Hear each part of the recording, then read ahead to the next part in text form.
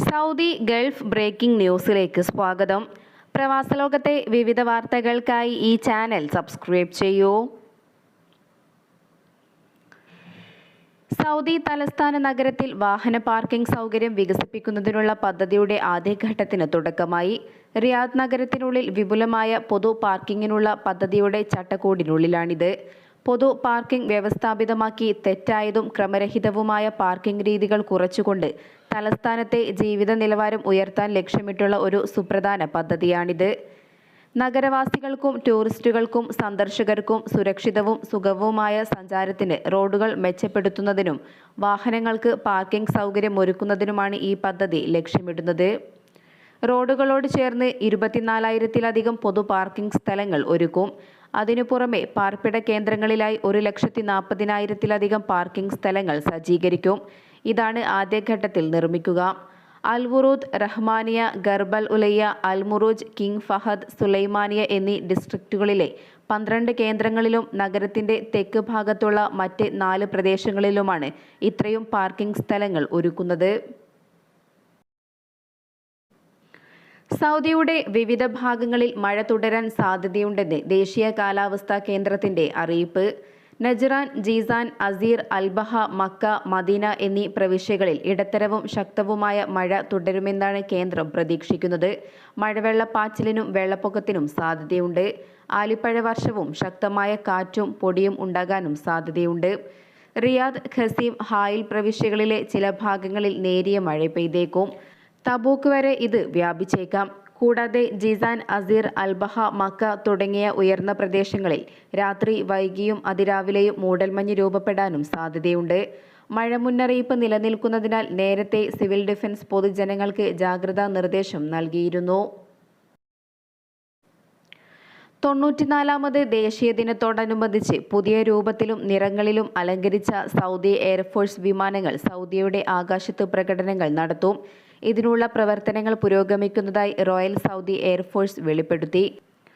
മഞ്ഞയും കറുപ്പും നിറങ്ങളിൽ "ഓ മാതൃരാജ്യമേ, നിന്റെ മഹത്വം നിലനിൽക്കട്ടെ" എന്ന വാചകം കൊണ്ടാണ് വിമാനങ്ങൾ അലങ്കരിക്കുന്നത്.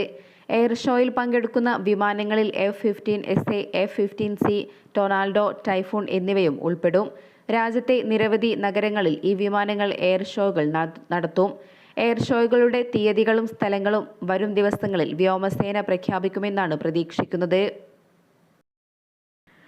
ആടുജീവിതം സിനിമയിൽ വില്ലൻ വേഷം ചെയ്ത ഡോക്ടർ താലിബ് അൽ ബലൂഷിക്കെതിരെ സാമൂഹിക മാധ്യമങ്ങളിൽ നടക്കുന്ന പ്രചാരണങ്ങളിൽ പ്രതികരണവുമായി താരം തന്നെ രംഗത്തെത്തി. സൗദിയെ പശ്ചാത്തലമാക്കിയുള്ള ചിത്രത്തിൽ ക്രൂരനായ അർബാബിന്റെ കഥാപാത്രത്തെ അവതരിപ്പിച്ച താലിബ് അൽ ബലൂഷിയെ ചിത്രത്തിലെ വേഷം കണക്കിലെടുത്ത് സൗദിയിൽ വിലക്കിയെന്ന തരത്തിലുള്ള വാർത്ത അടിസ്ഥാനരഹിതമാണെന്നും അദ്ദേഹം പറഞ്ഞു. സൗദിയിൽ പ്രവേശിക്കുന്നതിൽ നിന്നും തന്നെ തടഞ്ഞുകൊണ്ട് ഇരു രാഷ്ട്രങ്ങളിൽ നിന്നും തനിക്ക് യാതൊരു അറിയിപ്പും ലഭിച്ചിട്ടില്ല. ഇതൊരു സിനിമ മാത്രമാണെന്നും യഥാർത്ഥ ജീവിതമല്ലെന്നും താൻ ഒരു വേഷം അവതരിപ്പിക്കുക മാത്രമാണ് ചെയ്തതെന്നും അറിയിച്ചു. വിവാദ വില്ലൻ കഥാപാത്രമായിട്ടും ലോകമെമ്പാടുമുള്ള സിനിമാ പ്രേക്ഷകർ അതിനെ ഏറ്റെടുക്കുകയും തന്നെ പ്രശംസിക്കുകയും ചെയ്യുന്നുണ്ടെന്നും ഡോക്ടർ താലിബ് അൽ ബലൂഷി കൂട്ടിച്ചേർത്തു.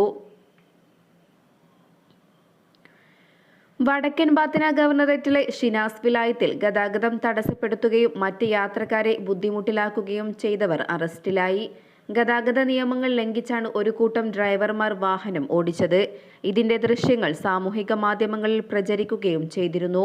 ഈ സാഹചര്യത്തിലാണ് വടക്കൻ ബാത്തിന ഗവർണറേറ്റ് പോലീസ് കമാൻഡ് പ്രതികളെ പിടികൂടിയത്. വാഹനങ്ങൾ പിടിച്ചെടുക്കുകയും ഡ്രൈവർമാർക്കെതിരെ നിയമ നടപടികൾ സ്വീകരിക്കുകയും ചെയ്തു.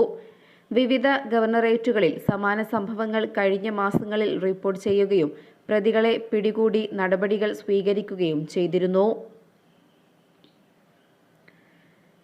കടൽ വഴി രാജ്യത്തേക്ക് നുഴഞ്ഞു കയറാൻ ശ്രമിച്ച വിദേശികൾ അറസ്റ്റിലായി. വടക്കൻ ബാത്തിന ഗവർണറേറ്റിലാണ് 14 പേരെ കോസ്റ്റ് ഗാർഡ് പോലീസ് പരിശോധനയിൽ പിടികൂടിയത്. അനധികൃതമായി രാജ്യത്തേക്ക് പ്രവേശിക്കുന്നതിനിടെ അറസ്റ്റിലായവർ ഏഷ്യൻ രാജ്യക്കാരാണെന്നും ഇവർക്കെതിരെ നിയമ നടപടികൾ സ്വീകരിച്ചതായും പോലീസ് വ്യക്തമാക്കി. കഴിഞ്ഞ ദിവസം മറ്റൊരു സംഘത്തെയും നുഴഞ്ഞു കയറുന്നതിനിടെ പോലീസ് പിടികൂടിയിരുന്നു. അൽ വുസ്ത ഗവർണറേറ്റിലെ ഹൈമയിലുണ്ടായ വാഹനാപകടത്തിൽ 4 ഇന്ത്യക്കാർ മരണപ്പെട്ടു. ഒരാൾക്ക് ഗുരുതരമായി പരിക്കേറ്റിട്ടുണ്ട്. ചൊവ്വാഴ്ച രാത്രിയിലാണ് അപകടമുണ്ടായത്. ചരക്കുമായി പോവുകയായിരുന്ന ട്രെയിലർ മറ്റൊരു വാഹനവുമായി കൂട്ടിയിടിക്കുകയായിരുന്നു. ഇടിക്ക് പിന്നാലെ 2 വാഹനങ്ങൾക്കും തീപിടിച്ചത് മരണനിരക്ക് ഉയരാൻ കാരണമാക്കി. നിസ്വയിൽ താമസിക്കുന്ന കർണാടക സ്വദേശികളാണ് മരണപ്പെട്ടത്. ഇവർ സലാല സന്ദർശിച്ച് മടങ്ങിവരവെയാണ് ഹൈവേയിൽ നിന്നും 50 കിലോമീറ്റർ പിന്നിട്ട് അപകടമുണ്ടായത്. ഇവർ സഞ്ചരിച്ച കാർ ട്രെയിലറുമായി ഇടിക്കുകയും കത്തുകയുമായിരുന്നു. 4 പേരും സംഭവസ്ഥലത്ത് തന്നെ മരണപ്പെട്ടതായാണ് വിവരം. പരിക്കേറ്റയാളെ പ്രാഥമിക ചികിത്സയ്ക്ക് ശേഷം ആശുപത്രിയിലേക്ക് മാറ്റി. സിവിൽ ഡിഫൻസ് ആൻഡ് ആംബുലൻസ് വിഭാഗം അധികൃതർ സ്ഥലത്തെത്തിയാണ് തീ നിയന്ത്രണ വിധേയമാക്കിയത്. അതേസമയം കഴിഞ്ഞ ദിവസം ദോഫർ ഗവർണറേറ്റിലെ റസ്യൂത്ത് പ്രദേശത്തുണ്ടായ വാഹനാപകടത്തിലും 6 സ്വദേശികൾ മരണപ്പെട്ടിരുന്നു. ഞായറാഴ്ച വൈകിട്ടോടെയായിരുന്നു അപകടം. മരണപ്പെട്ടവരുടെ മൃതദേഹം റോയൽ എയർഫോഴ്സ് ഓഫ് ഒമാന്റെ വിമാനത്തിൽ സലാല എയർബേസിൽ നിന്നും സീബ് എയർബേസിൽ എത്തിച്ചതായും പ്രതിരോധ മന്ത്രാലയം അറിയിച്ചു. അപകടത്തെക്കുറിച്ചോ മരണപ്പെട്ടവരെക്കുറിച്ചോ കൂടുതൽ വിവരങ്ങൾ അധികൃതർ പുറത്തുവിട്ടിട്ടില്ല.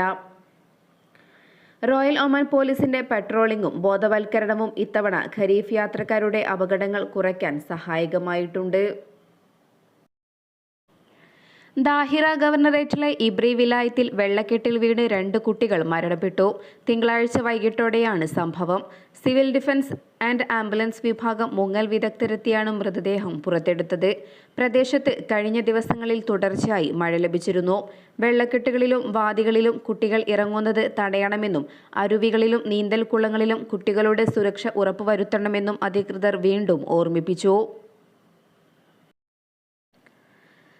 രാജ്യത്തെ റെസിഡൻഷ്യൽ ഏരിയകളിലെ കെട്ടിടങ്ങളിൽ അനുമതിയില്ലാത്ത വാണിജ്യ പ്രവർത്തനങ്ങൾക്ക് മുന്നറിയിപ്പുമായി മസ്കറ്റ് നഗരസഭ. ലൈസൻസ് ബന്ധമാക്കാതെ വാണിജ്യ പ്രവർത്തനങ്ങളിൽ ഏർപ്പെടുകയും ഇവയെ സാമൂഹിക മാധ്യമങ്ങളിൽ പരസ്യം ചെയ്യുകയും ചെയ്യുന്നത് നിയമലംഘനമാണ്. പിഴയും മറ്റ് നിയമ നടപടികളുമാണ് ഇത്തരക്കാരെ കാത്തിരിക്കുന്നതെന്നും നഗരസഭ പ്രസ്താവനയിൽ അറിയിച്ചു.